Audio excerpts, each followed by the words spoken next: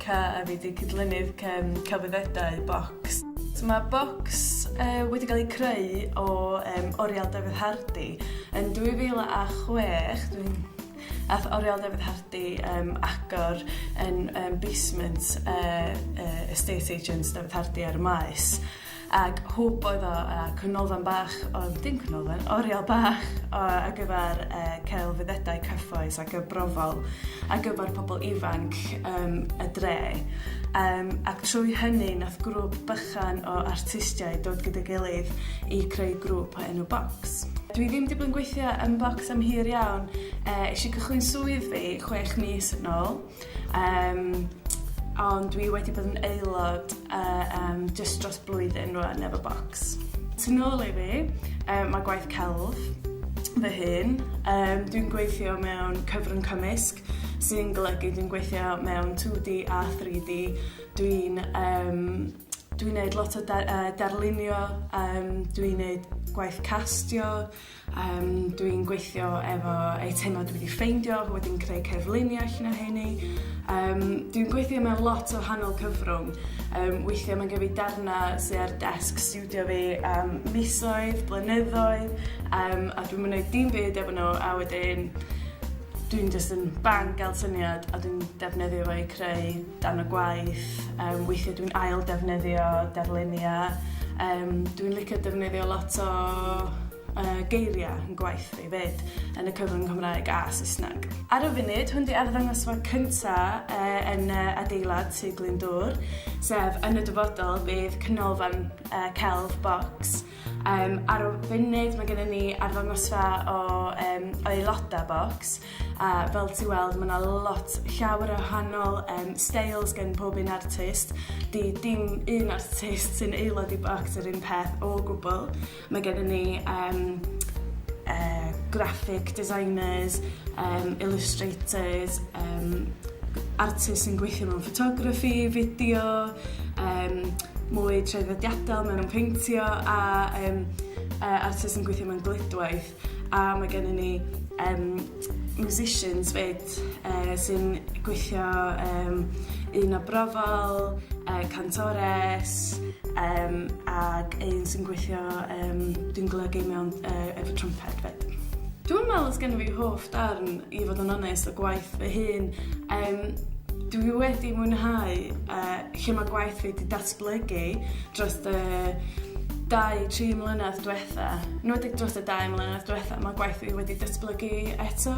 A dwi'n meddwl dyna sy'n bwysig fel artist, fod ti o hyd yn tyfu ac yn newid ac yn dysgu gymaint. Dwi'n meddwl ti'n stopio ar ôl gadael coleg, ti ddim yn stopio dysgu a ti ddim yn stopio arbrofi efo'r dy gwaith ac efo techneg a efo cyfrwng.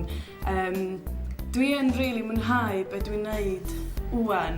Yn y syniad dwi'n cymysgu 2D a 3D gyda gilydd, a dwi yn gobeithio dwi am cario ymlaen chwarae efo'r cyfrwng yna, trio cymysgu cerfluniau efo peintio, darlunio efo objects dwi wedi ffeindio a objects yn hen fyd.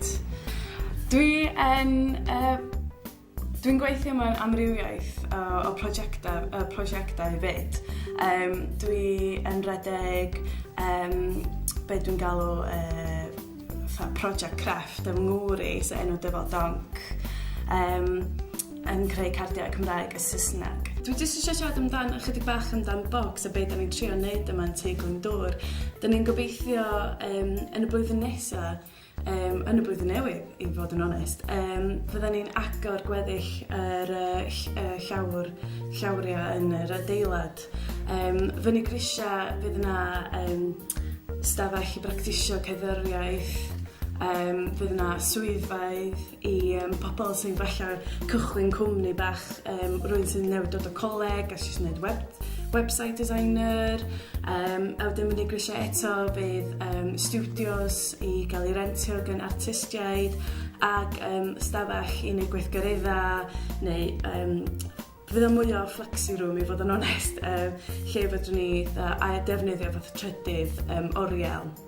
Ond Mae'r potensial a posibilrwydd efo'r adeilad yma yn anhygoel, ac os o'n i yn coleg rwan ac mae yna rhywbeth fel hyn yn agor ar drws fi, so ni'n jyst yn cymryd o a cymryd pob siawns o'n i'n medru trwy unna gael mentor neu jyst siarad efo rhywun sy'n gweithio yma, i jyst siarad amdan gwaith celf chi neu siarad amdan ffordd i creu band.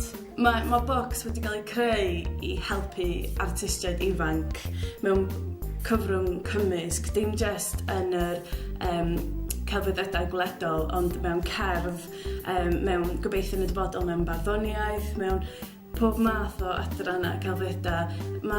Be mae Bocs i fod ydy hwb y celf i pobl sydd eisiau cario ymlaen, practisio.